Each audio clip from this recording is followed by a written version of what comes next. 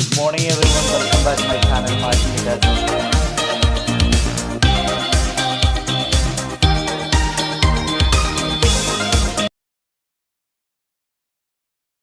Hi, in this video I'm going to show you how you can quickly and easily create an email forwarder within your Gmail account.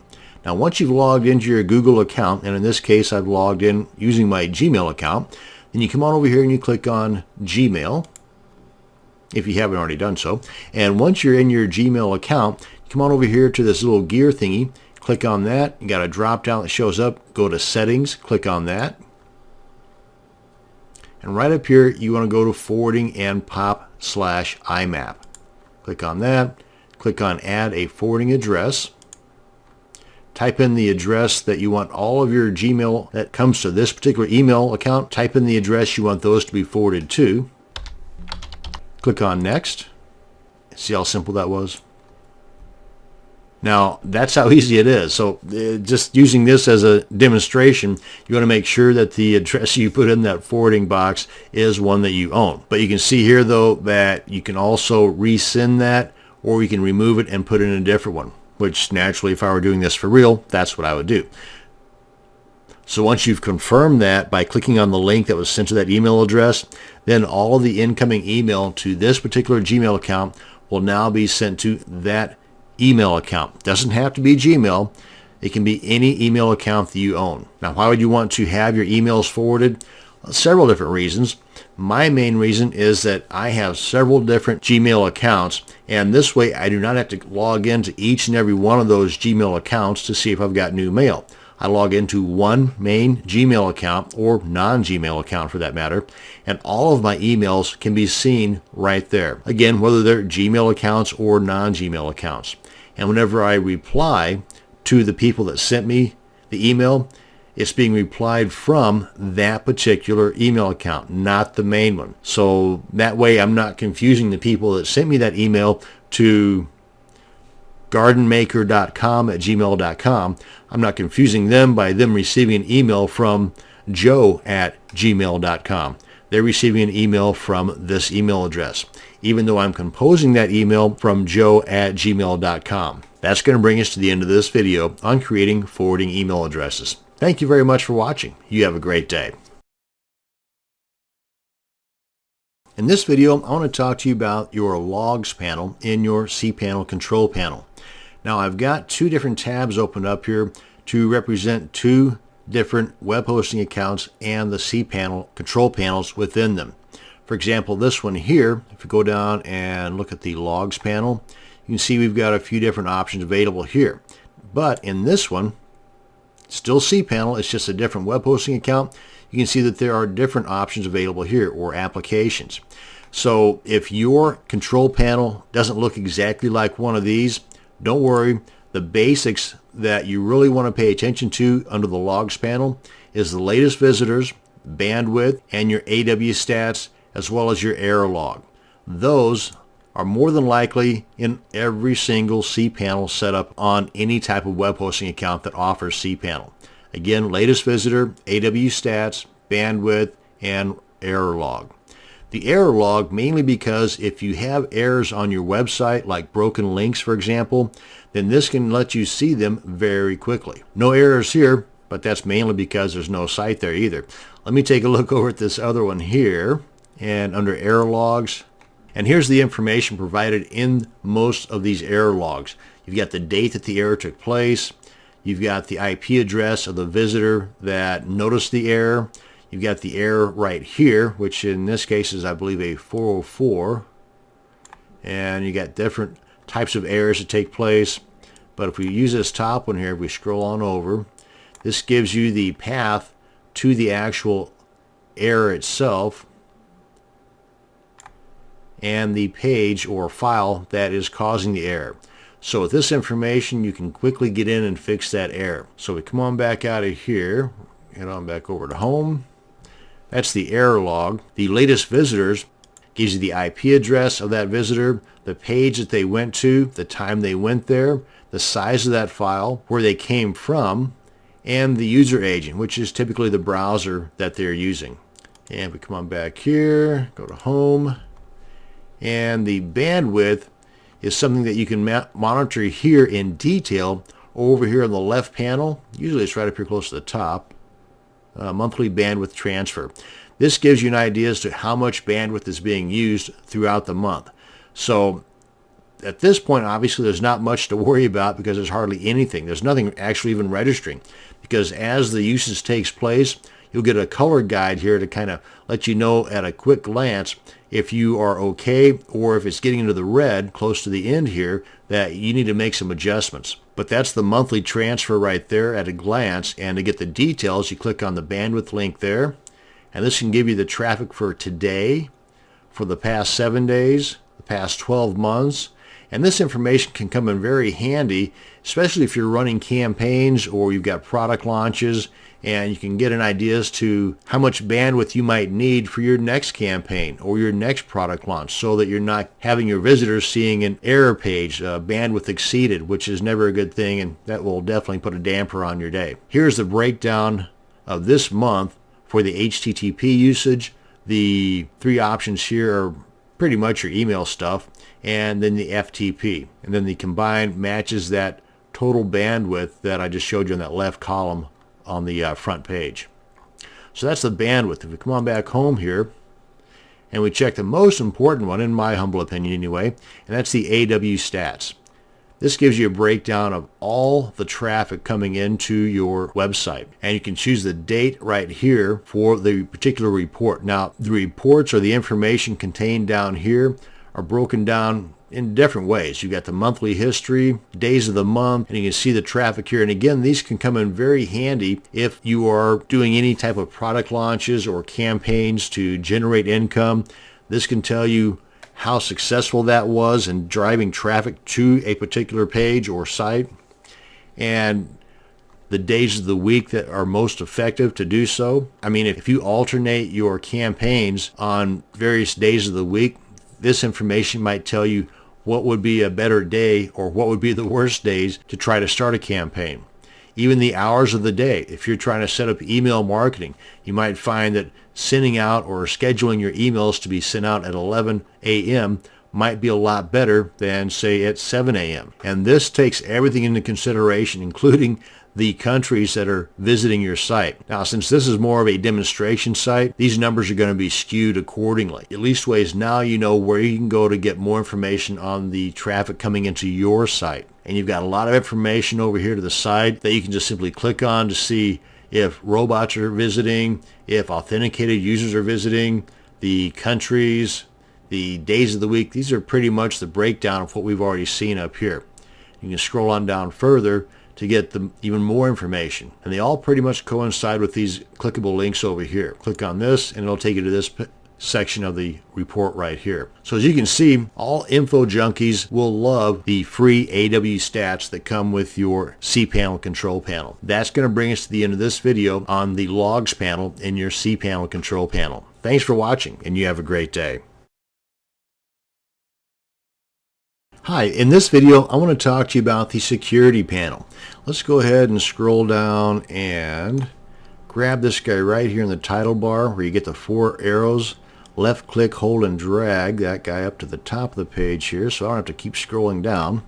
Let's do that with this other web hosting account as well.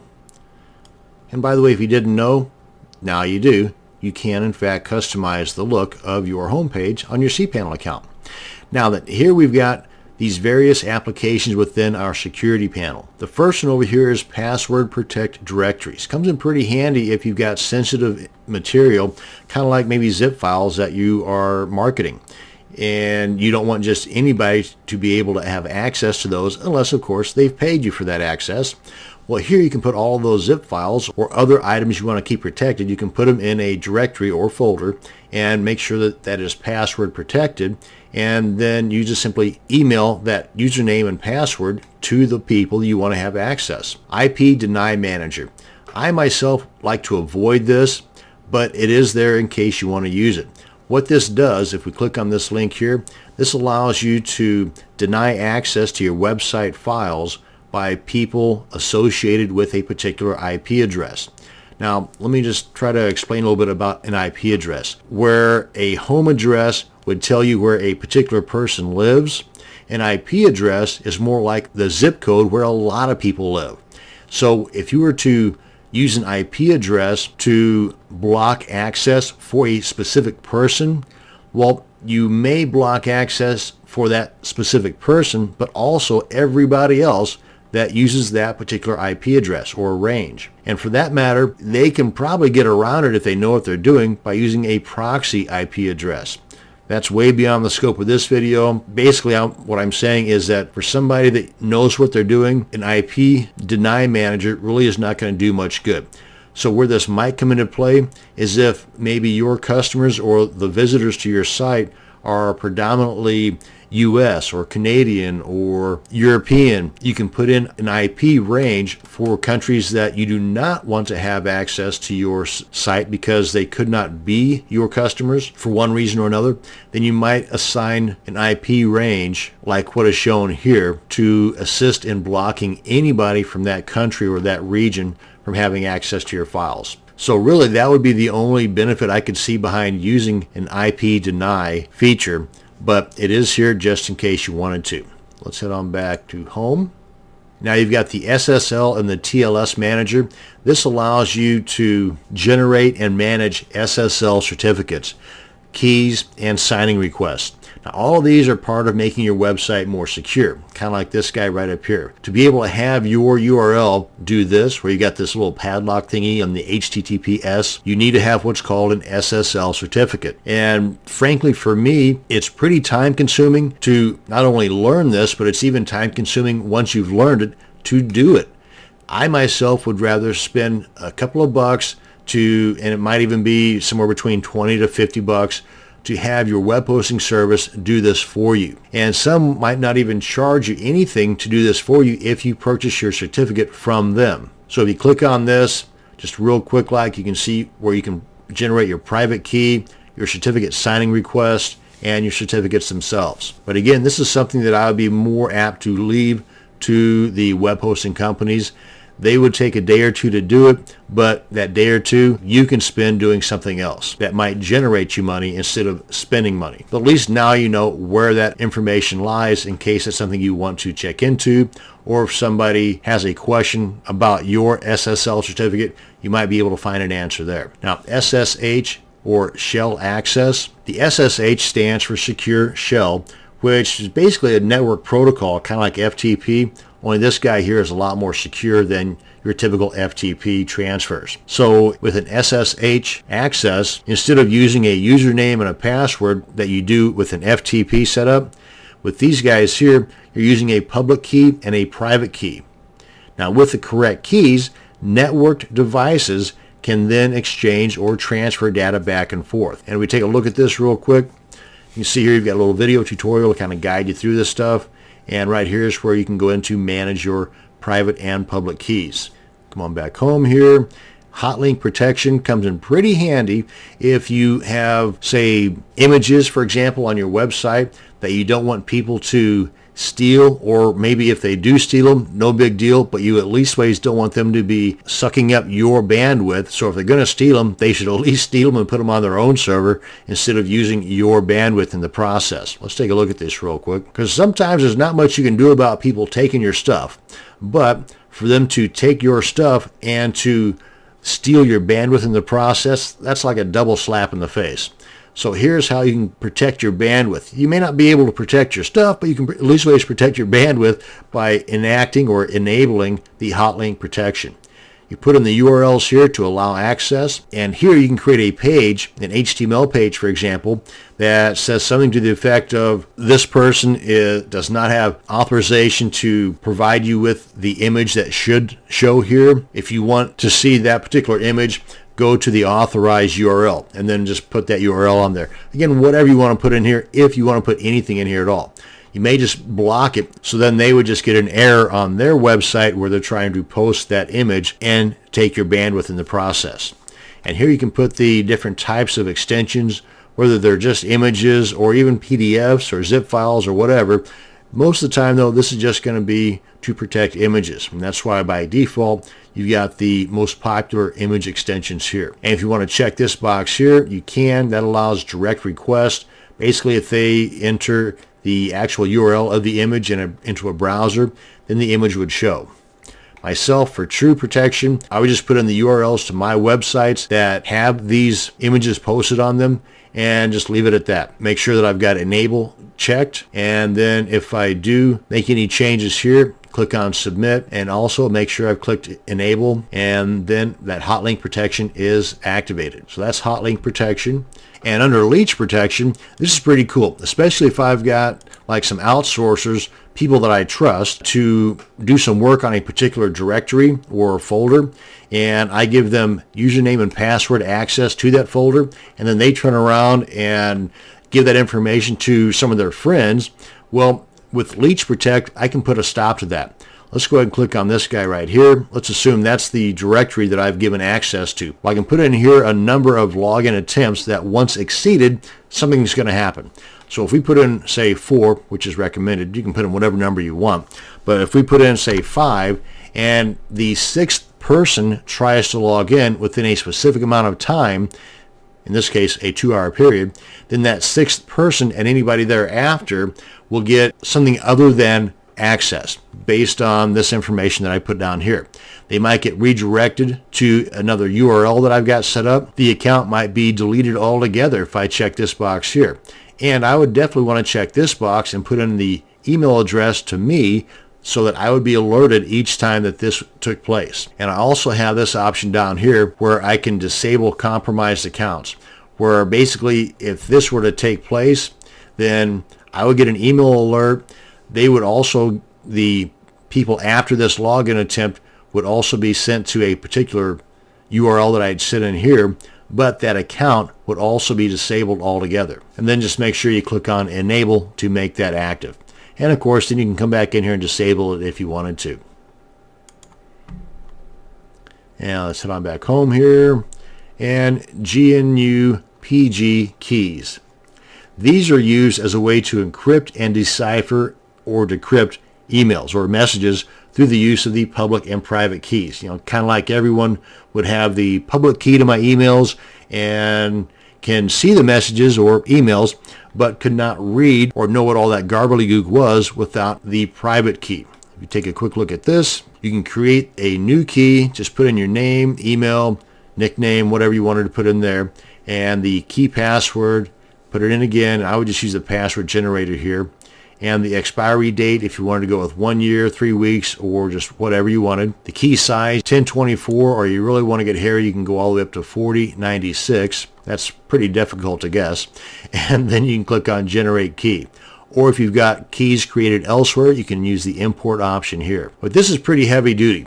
So if you're not really into the spycraft and you're not really concerned with people having that kind of access to your emails, because I mean it's fairly secure for the most part, but if you are really super concerned about the possibility of somebody reading your emails, then you've got this option here. And don't forget, some of these items where I just kind of skimmed over, you've got the video tutorials here which might go into greater detail than what I covered on these individual items. For example, under the IP Deny Manager, just check out the video tutorial here, which might go over more in depth than what I did. And that's going to bring us to the end of this video on the security panel. Thanks for watching, and you have a great day.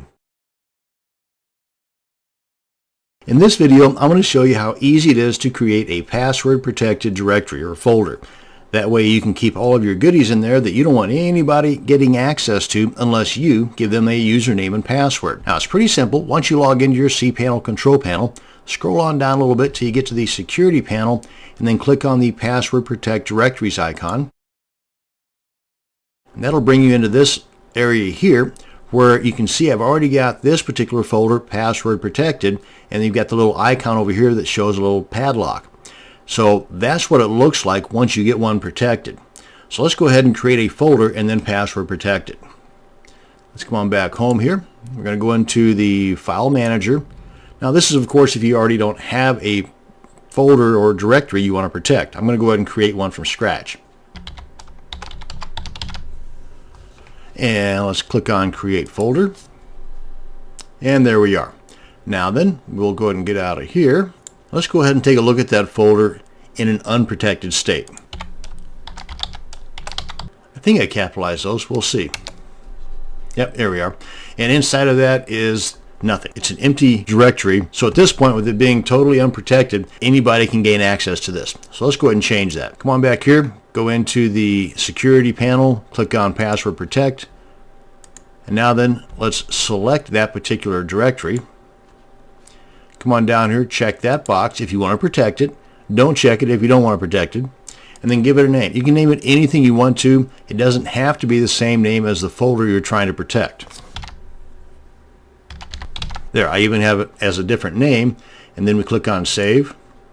And now it's protected, but no one can have access to it because there's no username or password associated with this particular directory yet. Let's come on back here and test this. Now, if everything works out properly, a box should pop up asking for a username and password. Just like that. But since there isn't one yet, we don't have one to put in there, so we're going to cancel out of this, and that's what you're going to get. Let's come on back here and create a user and a password. And you're not limited to the number of users or passwords you can create for this. And you can either enter your own password here, or you can use a password generator to create a very strong password. And then click on Add Modify Authorized User.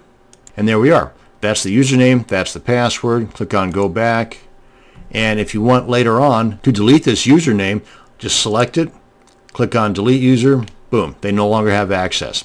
Now then, let's go ahead and come on back here and see about that box popping up there. Now I've got that password in my clipboard. Go ahead and paste that in there, and me.